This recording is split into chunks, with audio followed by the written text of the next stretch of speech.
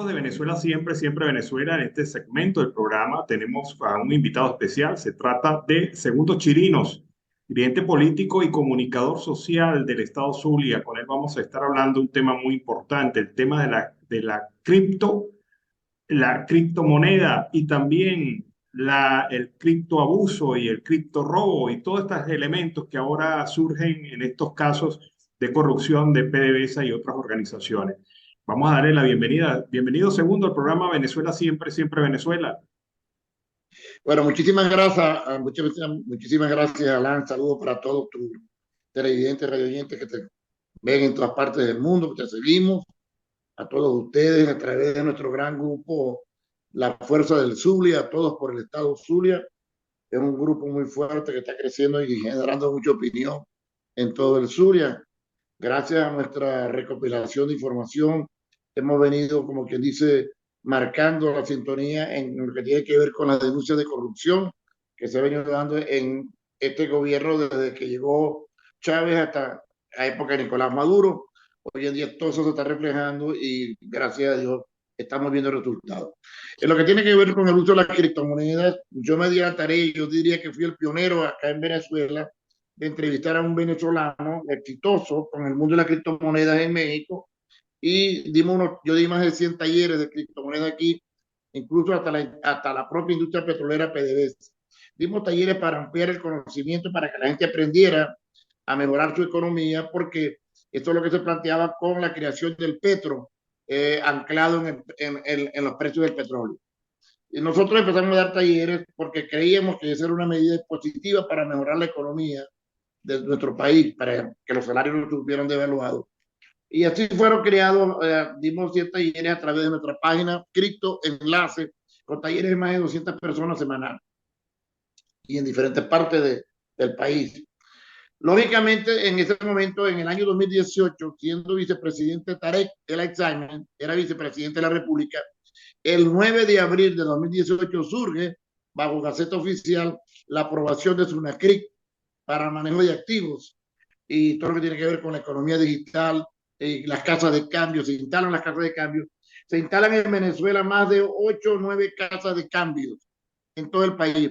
Esas casas de cambio generalmente estaban en manos de los funcionarios, de los dirigentes políticos del PSUV, algunos gobernadores, como el caso de Omar Prieto, que tenía aquí Criptolago en el Zulia, pero tenía Criptolago Valencia, tenía Criptolago en la isla de Margarita y tenía en Caracas. Eso era una modalidad para captar capitales, porque además también los gobernadores, el presidente de la República les otorgó la concesión minera, la explotación del oro y por supuesto el oro que les estaban dando, las minas de oro que les estaban dando allá en la Amazonas, era para traer desarrollo a la economía de cada estado. Pareció una buena idea, pero no se dio. Lo que hacían era explotar el oro y convertirlos en criptomonedas para colocarlos a nivel internacional y cobrar. Y así con esas casas de cambio que se fueron instalando en todo el país, manejadas por gobernadores o alcaldes, dirigentes políticos, fue surgiendo también bajo un esquema bien organizado por parte de Tarek como vicepresidente, como José Luis Ramírez, que está preso ahorita, que era el presidente de SUNACRIC, porque siempre lo estuvo manejando directamente él. De hecho, salió de la vicepresidencia Tarek y nunca le quitaron esas competencias. La siguió manejando como viceministro de Economía. Se llevó todo el paquete completo. Todo ese Ahora, esquema que... Ajá. segundo, disculpa, ¿cómo le podemos explicar de una manera muy sencilla a la gente qué es esto de las criptomonedas? Porque el escándalo estalló, el escándalo habla de eso, pero veo que hay mucho desconocimiento de la gente sobre esto. O sea, la gente... Ahí voy a llegar. Esto es un cuento chino. Los chinos inventaron las máquinas chinas, inventaron a sus Satoshi, inventaron cómo destruir la economía de los Estados Unidos a través del uso de la criptomoneda, que es una simple máquina de minería, la S9. Esa es una máquina electrónica que se conecta como pegada en redes a una señal de unas computadoras, ¿ok? Se pegan y se montan las grandes granjas, medianas granjas y pequeñas granjas. Fíjate tú que Omar Prieto llegó a tener 30,000 máquinas de minería. 10,000 máquinas te produce, para que la gente que me está escuchando y me está viendo, una máquina estadísticamente, dicha profesionales del sistema de ingeniería y además en operaciones conectadas a nivel mundial, te puede generar cada máquina $300 mensual, una sola máquina. Si estamos hablando que una persona tiene una minería de 10,000 máquinas, le está produciendo, multiplica eso, te va a dar $3 millones mensual, porque cada máquina produce $300, hasta un aproximado de 300, multiplica por 10,000 y te está produciendo 3 millones de dólares mensual. Ahora, eso no tiene ninguna legislación. Nada, aquí no hay legislación para eso, por lo tanto, ¿qué es lo que pasaba? Que al tener este mundo de criptomonedas, tenían que salir a buscar el dinero físico. Tenían que entonces empezar a buscar dónde estaba el dinero. Pues, tengo la criptomoneda, las coloco afuera, pero necesito dinero, necesito bolívares, necesito dólares, necesito eso. Entonces empezaba a mover una economía, empezaba una gran lavandería de capitales, empezaban a vender paquetes de oferta y empezaban a captar gente para ese manejo de la criptomoneda y empezaban a evadir impuestos. Así empezaron a montar aquí las minerías a nivel nacional. Aquí esto fue dañando el sistema eléctrico. En el Zulia, el problema eléctrico empezó por el municipio de San Francisco, porque lo instaló Omar desde que era alcalde, y luego se lo trajo a la gobernación del Zulia. Y ahí entraron dirigentes políticos, entraron artistas como Omar Enrique, y empezaron a montar grandes operaciones. Y así tú fuiste viendo grandes comercios que fueron surgiendo absolutamente sin ningún esfuerzo de trabajo, por si no era que tenían una máquina produciendo. Aquí incluso, Alan, hay venezolanos o venezolanas o extranjeros que viven en Estados Unidos, tienen la casa sola, pero lo tienen como una minería. Están minando desde las casas, están minando desde los apartamentos, desde las granjas, desde las haciendas. Montaron centros de minado. Yo aquí le di talleres de minería, le di talleres de criptomonedas en ese momento a una persona que yo ni sabía. Después me presentó el día lunes a darme la gracia y me dice, mira, yo soy mayor de la Guardia Nacional. ¿Cómo? ¿Tú eres mayor? No, dama. Sí, yo soy mayor de la Guardia Nacional. Y yo soy el que le traigo las máquinas a la Fuerza Armada. A la Fuerza Armada, sí. Yo trabajo con Padrino López. A ellos también le instalaron una minería. Ellos tienen minerías en Fuerte Tiuna. En los cuarteles hay minerales, hay un generalato que está mucho mejor porque tienen la minería. Producen un capital ficticio que para ellos es grande, pero que generan este tipo de negocios que prácticamente donde tú ves una economía que es falsa. Y eso es lo que está pasando. Entonces aquí no, eso no pagan impuestos, se produce una gran estafa. Por ejemplo, Omar Prieto, siendo gobernador, agarró a través de Cristo Lago y toda la nómina de empleados la metió los policías a que tenían que usar las criptomonedas. Y al final terminaron estafados, porque la gente que metió al mundo de la criptomoneda sus recursos, al final fueron estafados hasta con sus capitales y sus beneficios. La denuncia mía, el año pasado, cuando Omar perdió, yo fui que hice la denuncia por todos los más de 20 periodistas aquí, y por eso cerraron la Criptolago. La cerraron, ¿ok? La cerraron completamente, como han cerrado ahora, porque ahora en el momento que el gobierno ordena una investigación, que estaré teniendo un entramado de corrupción a través del lavado de criptomonedas, como desviaron los dineros del petróleo, vendiéndolo supuestamente en criptomonedas, eran ellos mismos los que lo compraban. ¿Quién producía la criptomoneda? El propio gobierno. Por lo tanto, el gobierno se pagaba y se debe haber vuelto, porque si yo tengo la criptomoneda y yo digo que me envíen un barco de petróleo, ¿quién va a pagar? Lo pago soy yo, con la plata que se lo está estafando con el dinero de la criptomoneda que lo están recogiendo en el país. Pero después, si llevan este dinero, ¿a dónde va para ese dinero físico? A los paraísos fiscales. Esa es la realidad, Alan. Esa es la realidad de todo esto. Ahora bien, segundo, hay una cosa clara. Este es un negocio que quedó en manos de los jerarcas del régimen. Y este es un negocio que se transformó luego en una situación tan descarada que ni el propio régimen lo pudo controlar. Es así. No lo pudo controlar y hay algo más grave que hay que ir a hablar. Nosotros como periodistas, como comunicadores, como gente que hacemos el periodismo de investigación y denunciamos con pruebas. Yo te puedo decir ahorita, y tú vas a decir, es verdad, aquí no solamente se arriesgó de acuerdo a las 4.900 expedientes por hechos de corrupción que están amparados en la UFAC, en la Oficina General del Tesoro de los Estados Unidos, el Money Flight o el Money Fly, ese que dinero aéreo, que las investigaciones que están pasando ahorita, mucha gente sacaron ese dinero porque era más fácil llevarte el dinero por criptomonedas que llevarse el dinero físico, porque te van a revisar cuando llegas al aeropuerto y después lo convierten en dinero físico. Fíjate bien, ¿quién te dice que los presupuestos regionales, nacionales y municipales no se los llevaron por el mundo de las criptomonedas? Un gobernador corrupto, delincuente, empieza a inventar facturaciones fantasmas, agarra este dinero, lo convierte, porque ya tiene la tecnología del mundo de la criptomoneda y se lleva parte de ese presupuesto. Empieza a robarse ese dinero. O sea, si así como se robaron el dinero del petróleo, ¿quién te dice que cualquier alcaldía, cualquier gobernador o cualquier ministro, cualquier ministra no se va a robar parte del presupuesto que tiene a tus manos? Inventa porque tiene la maquinita para aparecer y desaparecer dinero. El mundo de la criptomoneda es bueno siempre y cuando se haya legislado en Venezuela, como hay en otros países, y en México legislando sobre ese tema, pues también dieron muchas estafas.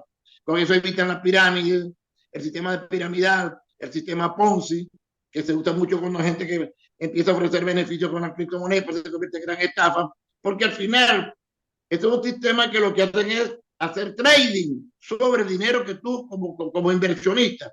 Lo que pasó en Venezuela y yo hice una comparación anoche cuando escribiste, creo que te envié algo. Lo que pasó aquí y todo Estados Unidos, el mundo petrolero, me recuerda mucho a la gran estafa de la Vuelta que se hizo aquí en Venezuela en el año 2002 cuando el paro petrolero. Cuando el paro petrolero no había dinero para agarrar los contratos petroleros. ¿Qué hicieron los famosos inventores? Entre esos algunos dirigentes políticos que cayeron ahí, que me entraron en la trampa. Empezaron a hacer préstamos pagando ciertos dividendos y fueron pagando los primeros créditos hasta que el último no cobraba y se convirtió en una gran estafa de la Vuelta.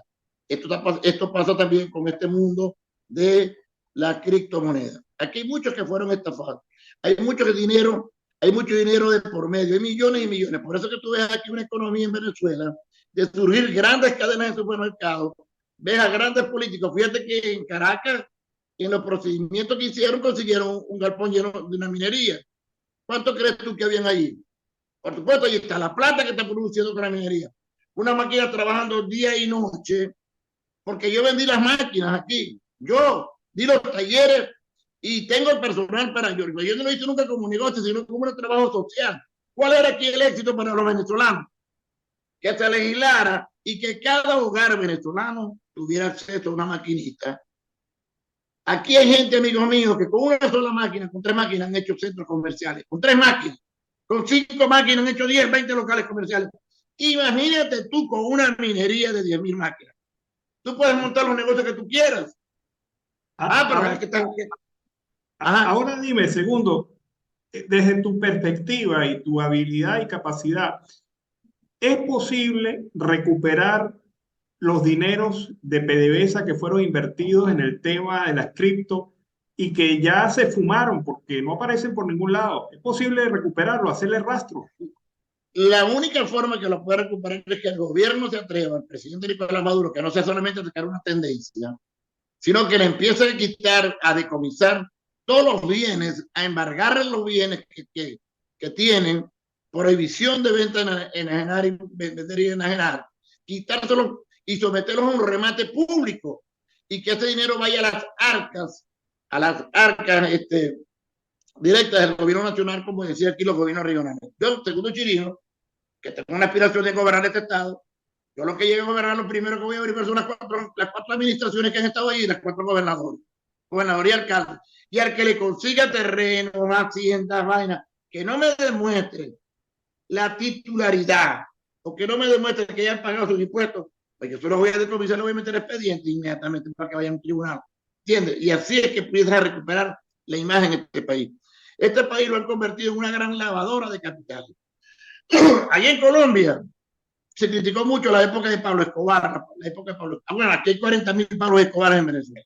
Entonces tuve al dirigente político idealista, honesto, como el caso mío, segundo Chirino, como muchos que los hay en diferentes sectores de la oposición, que somos dirigentes políticos que cuidamos el prestigio que es lo que tenemos, y hay otros vividores que están haciendo 40.000 negocios a través de la minería ilegal, como la montaron aquí, como te lo digo, pequeñas, medianas, grandes minerías. Hermano, y tú ves los grandes capitales y ves que montan 40.000 negocios que no venden nada. Aquí cadenas de supermercados, por ejemplo, está Fidel Madroñero, unido con un empresario llamado Mar Barrio, tiene como 40 supermercados y no venden nada. ¿Qué están haciendo? Lavando capitales. ¿De dónde lo sacan? O del dinero sucio que lo está sacando del propio gobierno, que le está inyectando capitales para que monten negocios, o de la minería que ellos tienen montada en sus diferentes sitios, que lo producen. Así se montaron aquí los chinos. Los chinos son muy vivos. Los chinos llegaron aquí. Yo recuerdo que siendo Mar alcalde, hubo un procedimiento en San Francisco, en NASA, y cuando llegó la Guardia Nacional a hacer el procedimiento, oyeron un ruido. Ellos fueron por alimentos, pero oyeron un ruido. Y cuando abrieron, había más de 3.000 máquinas detrás del supermercado. Los chinos le dijeron, llévate todo lo que tú quieras, pero no me quites la máquina. La Guardia dijo, no, la máquina está en mano. Porque con las máquinas producían el dinero para montar el supermercado. Con una máquina china, tú montas lo que tú quieras, hermano. Este fue el gran negocio para destruir la economía, porque es la tecnología que está avanzando. Ahora bien, se daña el sistema eléctrico, se daña la economía, no pagan impuestos. Prácticamente, esto es un negocio más rentable que el narcotráfico, que producir petróleo, que cualquier cosa. Esto es lo que está pasando en Venezuela. Ahora dime algo, ¿por qué si todos los caminos conducen a Tarek El Aizami? ¿Por qué si todos los negocios turbios estos conducen y finalizan en el nombre de Tarek El Aizami? Tarek El Aizami no ha sido detenido. ¿Por qué crees tú eso? Tarek no va a ser detenido porque Tarek sabe muchísimo, porque Tarek le montó la estructura económica y corrupta al gobierno, a Nicolás Maduro. A Nicolás, a lo que enfrenta a Nicolás Maduro con Tarek es su aspiración política. No es el ataque a la corrupción, que lo quieren vender como un ataque a la corrupción. Porque si tuviera que atacar a la corrupción, aquí no quedaría ni un funcionario. Tendría que ser como Bukele en El Salvador, hacer cárceles para meter, porque es un gobierno altamente corrupto a todos los niveles, a todos los niveles, a todos los niveles, desde arriba hacia abajo. En todos los niveles hay una inmensa corrupción.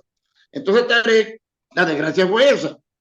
Tarek, tengo información que quien lo vende es el propio sistema cubano, Raúl Castro y presidente Canel, que vienen a Venezuela y dicen, mira, el hombre no me está cumpliendo con la cuota de los 110.000 barriles diarios. Yo pasé una entrevista de Esteban Gervasi, que yo creo que tú también la llegaste a escuchar, muy buena, donde que es el que la pasó. Mire, este hombre no me está despachando los 110.000 barriles diarios de petróleo y de paso se está robando 300.000 diarios, 200.000 diarios. Por eso es que meten preso ahorita y detienen a quien, a la de Oriente, porque ella es cómplice, la que estaba ahí, la Perico, el ingeniero Perico es cómplice, porque de ahí se acaban el petróleo que estaban robando. Pero aquí hay que ver también cuánto se robaban de Occidente. O sea, que hay más. Si siguen investigando, van a conseguir más gente involucrada que se llevaban el petróleo y lo ponían en alta mar. Ahora, pues, claro, la fórmula perfecta la tenía Tarek. Tranquilo, presidente, yo tengo el dinero para que le paguen a través del mundo de la criptomoneda. Hasta que dijeron que no, aquí no hay más plata. Pero resulta que la ley antibloqueo económico o el antibloqueo, el bloqueo económico de Estados Unidos le ha permitido a este gobierno Nicolás Maduro ser más corrupto, porque se aprobaron una ley antibloqueo que le permite al presidente Maduro hacer lo que da la gana con la economía en Venezuela. Le permite incluso que pueda vender los minerales, que pueda vender el oro, el coltán, el rodio, que pueda vender monómeros como lo quiere vender a Colombia, que pueda hacer lo que quiera. Esa ley tiene que ser derogada. De alguna forma tiene que ser derogada, será un nuevo gobierno, pero no puede permitir porque siempre va a dejar al país en 4 bloques. Así vamos a quedar en Venezuela. Entonces, para eso les ha servido todo esto. Y Guaidó es la justificación perfecta para el gobierno, es decir, aquel es el ladrón, nosotros no. Entonces, por eso aquí lo que estamos viendo son esquemas de corrupción y tú estás viendo aquí en Venezuela que prácticamente aquí en el Zulia, ¿quién domina Venezuela aquí? La colonia extranjera, la colonia árabe, son los que están haciendo las grandes inversiones en sintonía con el gobierno nacional y en sintonía con Tarek, que montó esa estructura económica. Taré, de ser detenido, se llevan los cachos a todo el gobierno. A Taré lo dejan ir, yo creo que ya se fue, ya se está en Siria, tengo información, por ahí dice que ya se fue, porque a quien dañan, a quien perjudican son a los que están más abajo, que se prestaron, que fueron cayendo en este juego, que también participaron de la repartición, porque cada uno de ellos participó. O sea, es un gran mundo de estafa. O sea, yo estoy asombrado, Alan, como dirigente político, como periodista, casi 48 años, como militar. Yo estoy asombrado, ¿no? Por la edad que tengo de 72 años, que me he vivido todo el sistema político venezolano desde la época de María Jimena para acá, de muchacho. Estoy asombrado yo de cómo hemos llegado a tener un gobierno con tantas artimañas, con tanta manipulación, con tanta carga de ideología, que yo mismo tuve 23 años parado en las cámaras de televisión con el mojón de defender un proyecto que Chávez era el honesto y Maduro era el corrupto. Y cuando me pongo a ver la historia y me pongo a revisar, digo, coño, pero pentico, aquí la corrupción la montó Chávez. Los grandes hechos de corrupción están con Chávez y este lo multiplicó. Esto es un modelo cubano. Aquí corrompieron a la Fuerza Armada. Yo vengo de la Fuerza Armada. Yo soy un militar de reserva que salí hace 50 y pico de años de la Guardia Nacional, cuando la Guardia era 40. Aquí, ¿qué pasó aquí? ¿Entiendes? Entonces, a mí no me pueden echar cuentos, ni como militar, ni como periodista, ni como político, como dirigente político, como nada, porque conozco la historia política de este país. Entonces, y mucho más que ellos. Entonces, digo, caramba, estamos en presencia de unas bandas organizadas que montan las estructuras muy bien montadas para saquear y robar al país. Con razón que segundo Chirino no les servía a ellos, como muchos otros, no les servíamos para ocupar un cargo público. Solamente éramos un militante ahí pasivo, pero no les servíamos para más nada. ¿Por qué? Porque no tenemos la condición para ellos, ser ladrones y ser corruptos. Entonces tú ves todo esto es un esquema montado que tienen que eliminarlo. ¿Qué pasó ahorita? Como cerraron Tunacric, no sé si te diste cuenta que ayer hubo una noticia de Caracas donde un operador dice, estoy perdiendo $300,000 mensual porque tengo la granja cerrada, porque ya no pueden contabilizar, ya no pueden producir el dinero porque se cayó la señal. Porque para eso que tiene que tener un buen servicio de internet, unas buenas computadoras con las máquinas, conectarlas, y tú desde tu teléfono, como estamos hablando ahorita, tú desde tu teléfono, de cualquier parte del mundo, tú estás diciendo, bueno, hoy me gané tanto. Nosotros aprendimos aquí a manejar, y es la tecnología, la bolsa de valores. Con la bolsa de valores hacíamos el trading bajo el sistema Forex, bajo el sistema de abrir las wallets, tirar una operación en un momento dado para ganar un dinero, porque esto es la economía. Esto es un avance tecnológico. Sí, definitivamente, impresionante todo este mundo, Segundo. De verdad que uno queda aterrado de la forma como se puede robar en este país. De verdad que es increíble. Bueno, muchísimas gracias por haber estado en el programa Venezuela Siempre, Siempre Venezuela. Segundo Chirinos, dirigente político zuliano y también comunicador social de vasta experiencia. Muchísimas gracias, Segundo. Gracias a ti, Alan. Muchas gracias. Seguimos nuestros comentarios, seguimos pidiendo a Dios y siguen apoyando a ustedes para que este país sea liberado como tiene que ser, para que aquí en Venezuela se gobierne con mucha justicia y con mucho, realmente como tiene que ser. Estamos hastiados, estamos agotados. Los venezolanos y las venezolanas estamos agotados de ver cómo se está destruyendo nuestro país. Y sobre todo, yo le digo que no sigan tomando más el pensamiento, porque me indigna que tomen los ideales del libertador Simón Bolívar para hablar de atacar la corrupción cuando son unos grandes corruptos. Bolívar no merecía eso. Bolívar merecía respeto. Feliz tarde para todos. Feliz día.